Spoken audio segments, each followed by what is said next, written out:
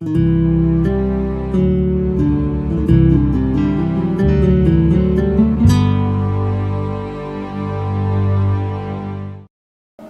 quero falar, pela permissão do Espírito Santo aqui, sobre 7 colunas que sustentam uma família. 7 colunas, 7 princípios que dão sustentação a uma família. Talvez algum versículo que eu citar, algum tópico que for dito aqui, ele pode ter sido citado lá no Condeca, mas os irmãos vão entender, porque aqui tem pessoas que não estavam lá. Então alguns aspectos aqui nós vamos reforçar mais ainda. Posso ouvir um amém, igreja? Amém. Provérbios capítulo 9, verso 1, está escrito assim: a sabedoria construiu sua casa, ergueu suas 7 colunas. A sabedoria construiu sua casa, ergueu suas 7 colunas. Feche seus olhos e curva a sua cabeça e vamos orar. Pai, nós te damos graças pela tua palavra, Senhor. A tua palavra por si só é rica o suficiente para nos edificar, para nos abençoar, para nos alimentar. Mas por tua misericórdia nós pedimos que o Senhor nos dê a revelação, a graça, a unção, o entendimento, para que todos que estão aqui, do menor ao maior, possam receber essa palavra como rema para o seu coração, e possam, mais do que isso, possam aplicá-la na sua família, possam sair daqui com uma decisão prática, para que a partir de então a sua família seja restaurada, seja transformada. Eu oro em nome de Jesus. Se você crê, diga amém. Amém. Irmãos, Salomão está dizendo aqui que a sabedoria construiu a sua casa e ergueu 7 colunas. Se eu tivesse que enumerar 7 coisas que são importantes dentro de uma família, se eu tivesse que dizer para você 7 princípios que nós precisamos estabelecer para que a família vá bem, porque nós sabemos que existe um ataque violento contra a família nesses dias, através da mídia, através das redes sociais, através da internet, através da onda de violência, da crise econômica. A família é atingida. Então eu coloquei aqui algumas coisas que eu acho essenciais para que uma família vá bem. A primeira delas, eu coloquei a inteligência. Inteligência. Provérbios capítulo 24, verso 3, está escrito assim: com a sabedoria se edifica a casa, e com o entendimento, ou a inteligência, ela se estabelece. A mulher sábia edifica o quê? A sua casa. Só que aqui, o capítulo 24 está dizendo assim, olha: com a sabedoria, principalmente a sabedoria das mulheres, se edifica uma casa, se constrói uma casa. Mas para ela se estabelecer, ou seja, para ela se consolidar dentro dessa construção, dessa edificação, é preciso que haja inteligência. Inteligência. Inteligência para quê, pastor? Primeiro, para estabelecer prioridades. Nós aprendemos lá no Condeca que a família é o bem mais precioso que nós temos. A prioridade na sua vida é a sua família. Muitas pessoas, quando a gente fala assim, faz aí uma escala de prioridades, ele coloca assim: Deus, igreja, trabalho, família. Não, abaixo de Deus está a família, depois vem a igreja, misericórdia. É isso mesmo, a sua família, numa escala de prioridades, ela está acima da igreja. Vamos para a palavra de Deus. 1 Timóteo capítulo 5, verso 8. Mas se alguém não cuida dos seus, e especialmente dos da sua família, tem negado a fé e é pior que um incrédulo.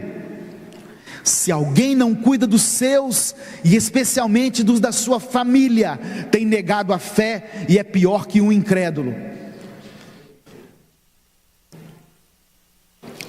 Eu escutei um relato de um testemunho de um rapaz que era desviado, e ele disse o seguinte: o meu pai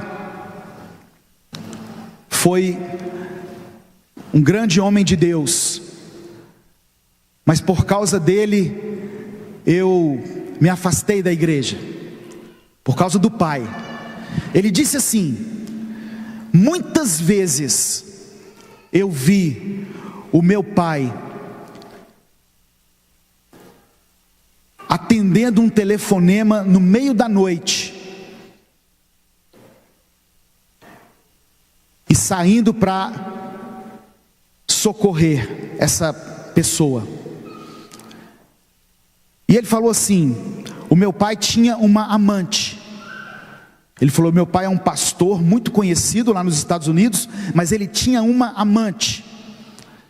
E muitas vezes nós estávamos assentados à mesa em família, meu pai recebia um telefonema, ia lá no quarto, se arrumava e saía para se encontrar com a sua amante.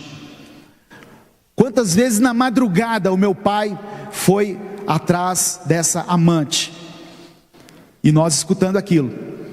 E ele disse: eu vou dizer o nome dessa amante, porque ela também tem outros amantes, e talvez ela esteja até acabando com outros casamentos. E ele falou: essa amante é a igreja. O meu pai deixou de lado a nossa família para cuidar somente da igreja, das coisas da igreja. Então aquela palavra, dentro daquele contexto que ele estava relatando, falou muito forte ao meu coração. Irmãos, cuidado. Ministério tem que ser uma bênção para você e para sua família. Aonde Deus te levar, Deus vai levar sua esposa junto, talvez seus filhos também. Nós precisamos ser inteligentes para estabelecer prioridades, entre outras coisas: inteligência para resolver conflitos, inteligência para conduzir a nossa casa, inteligência para entender o momento de cada filho, porque cada filho que nós temos é um mundo diferente. Você tem 2 filhas, cada uma é de um jeito, não é? Cada uma tem as suas prioridades, o seu universo. Eu tenho 3 filhos jovens, mas cada um foi criado num contexto diferente da minha vida, e cada um merece uma atenção peculiar. Para isso eu preciso ter inteligência. Glória a Deus que as mulheres já possuem uma inteligência dada por Deus. As mulheres adquirem uma maturidade muito rápido, uma maturidade que os homens só adquirem talvez depois dos 40 anos. A mulher talvez com 18 anos ela já tem essa percepção, essa visão. A segunda coisa que eu coloquei aqui como princípios, como coluna que sustenta uma família, é Deus no centro do lar. Todos nós gostamos de Salmo 128, que é o Salmo da família, não é verdade? Salmo 128. Como é feliz quem teme o Senhor, quem anda em seus caminhos, comerá do fruto do seu trabalho, será feliz, próspero. A mulher será como videira frutífera, filhos como rebentos de oliveira. Assim será abençoado o homem que teme ao Senhor. Salmo 128 é um modelo de família para nós. Só que para chegar em Salmo 128, eu preciso passar para o Salmo 127. Se não for o Senhor o construtor da casa, será inútil trabalhar na construção. Você quer ter uma família abençoada, como o modelo de Salmo 128? Coloque Deus no centro da sua casa.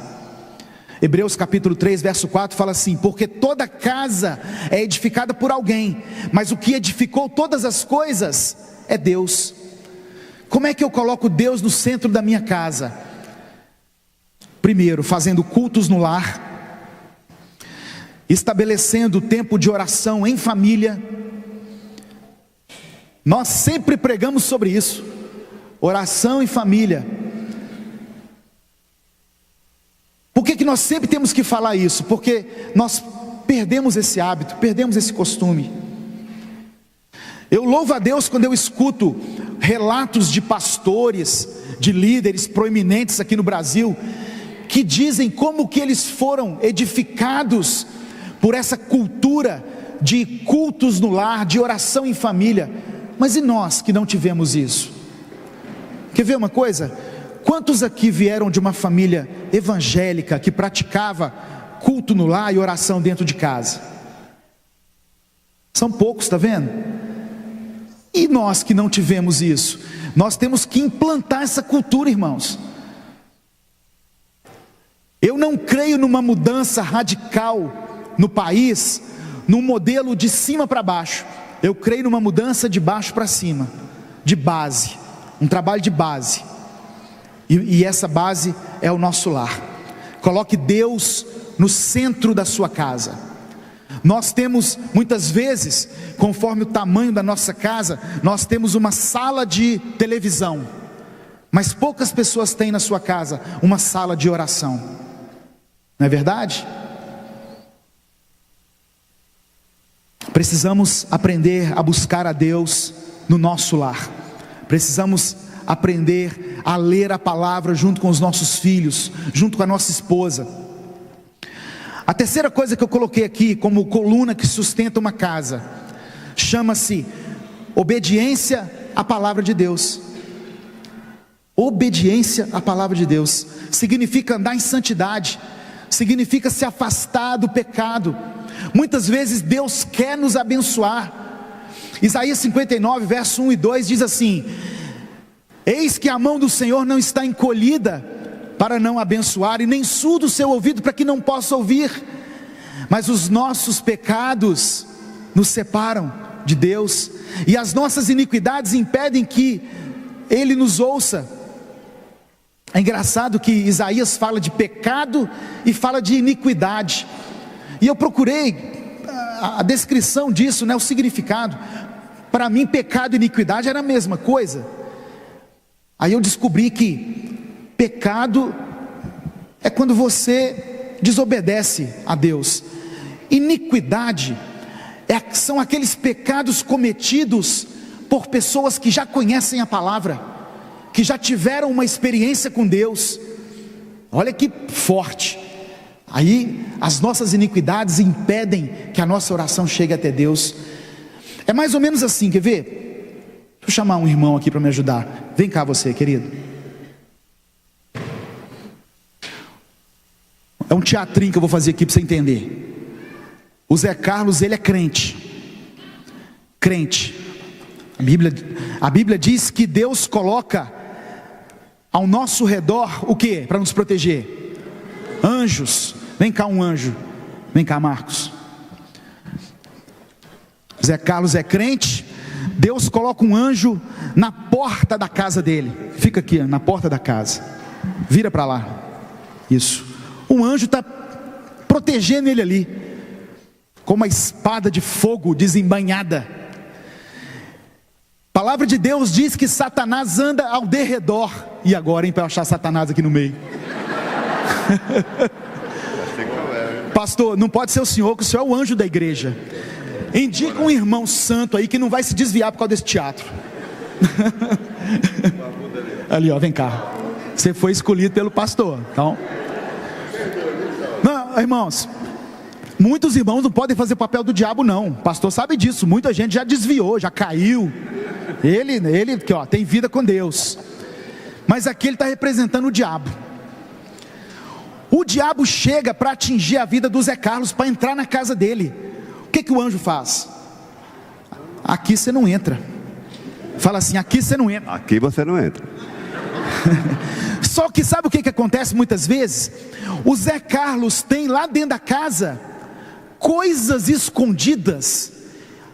Ele é crente, ele está na igreja, ele toma ceia, mas ele leva uma vida dupla que ninguém sabe. O Zé Carlos na madrugada na internet, ele vira um demônio. Ele visita sites pornográficos. E a Bíblia diz que Satanás anda ao derredor procurando a quem possa tragar. Ele está buscando uma brecha. Satanás então fala assim: eu vou entrar. Eu vou entrar. Fala assim: lá dentro tem uma coisa que é minha. Tem uma coisa que é minha. O anjo vai lá e confere. O Zé Carlos vai ter que deixar ele passar. O anjo, ele é obrigado a sair de cena. E o diabo entra, dá um abraço nele. Pode dar um abraço nele. Satanás então te abraça, porque existe uma coisa chamada legalidade. Legalidade, presta atenção. Como o pastor falou, a gente faz tudo de uma forma espontânea para que as pessoas entendam, mas isso aqui tem um fundo de verdade, tem um princípio verdadeiro aqui. Se você tem legalidade dada por você mesmo na sua vida, Deus está te alertando aí, elimina essas coisas do seu meio, porque Deus quer te abençoar. A mão do Senhor não está encolhida, a mão de Deus está assim, para te abençoar. Mas os nossos pecados nos afastam de Deus, e as nossas iniquidades impedem que a nossa oração chegue até Ele. Dá um aplauso ao Senhor pelo nosso equipe de teatro aqui. Pode se assentar lá.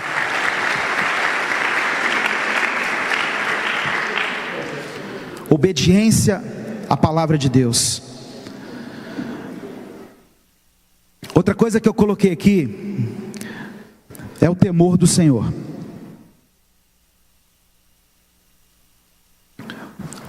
Temor de Deus é algo que todo homem tem que ter, todo crente tem que ter, porque senão ele vai ficar suscetível a cair em qualquer cilada de Satanás. Quando você tem temor, você se comporta do mesmo jeito. Se você estiver na frente da sua esposa, na presença do pastor, da família, se você estiver longe dessas pessoas também, você vai se comportar do mesmo jeito. As pessoas falam assim com a gente: mas vocês são crentes, vocês não podem fazer nada, vocês não podem beber, vocês não podem fumar, vocês não podem ter relação entre o casamento, vocês não podem ter vício nenhum, não podem nada. Na verdade, nós poderíamos sim escolher a vida que nós quiséssemos. Nós somos livres para isso, é ou não é? Você não leva uma vida afastada do pecado porque o pastor vai descobrir, mas porque você tem temor de Deus. Uma casa onde predomina o temor de Deus será uma casa abençoada. Salmo 128 diz: bem-aventurado aquele que teme ao Senhor e anda nos seus caminhos. Se você teme a Deus, a bênção do Senhor vai alcançar você e a sua descendência, a sua geração.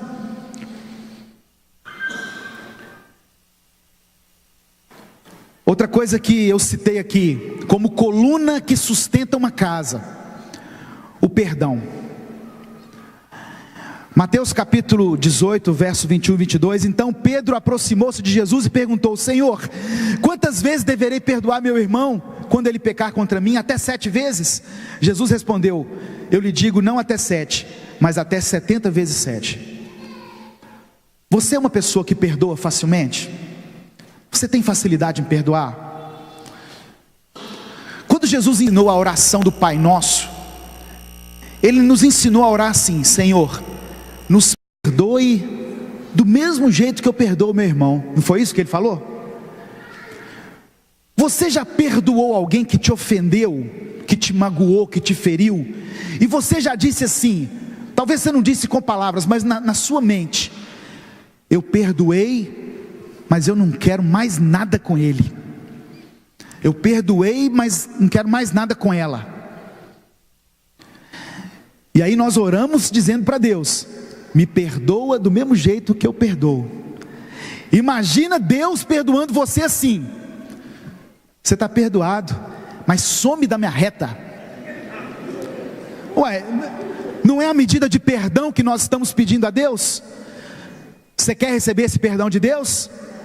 O que nós queremos de Deus? Uma folha em branco, não é? Uma chance de recomeçar, um cheque assinado de novo, Deus. Quantas vezes? 70 vezes 7, por cada pecado cometido.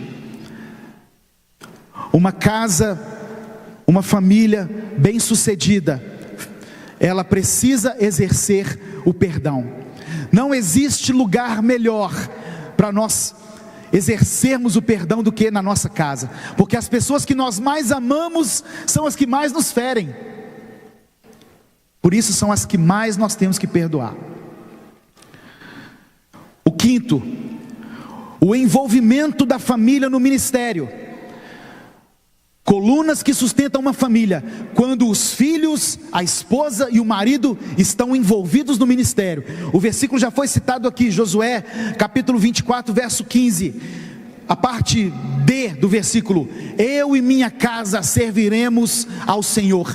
Não desista de ninguém da sua família, não desista de nenhum dos seus filhos, não desista do seu esposo, não desista da sua esposa. Proclame essa palavra dentro do seu lar: eu e minha casa serviremos ao Senhor. Eu e minha casa serviremos ao Senhor. O sexto, são 7 princípios. É preciso criar os filhos segundo os princípios da palavra. Provérbios capítulo 22 verso 6: educa a criança, ensina a criança no caminho em que deve andar, e até quando envelhecer não se desviará dele. Deuteronômio capítulo 6 versos 6 e 7, verso 7: e essas palavras você ensinarás a seus filhos, e delas falarás assentado em tua casa, e andando pelo caminho, e deitando-te e levantando-te. Muitas vezes nós recebemos pedidos de oração de mães e pais desesperados, dizendo assim: pastor, meu filho está desviado, a minha filha está desviada, a minha filha arrumou uma namorada, olha só. E aí eu pergunto: irmã, você ensinou o caminho? Você ensinou no caminho? Você levou para a igreja? Você ensinou os princípios da palavra? Ensinei, pastor. Mas chega um tempo em que os nossos filhos fazem as suas próprias escolhas. Eu falei: eu sei disso, mas há uma promessa contida na Bíblia que eu tomei posse na minha casa. Salmos 89, a partir do verso 30. E você pode tomar posse também, se você estiver vivendo essa situação com seus filhos, com alguém da sua casa. Salmos 89 verso 30 é uma promessa que você pode guardar para si.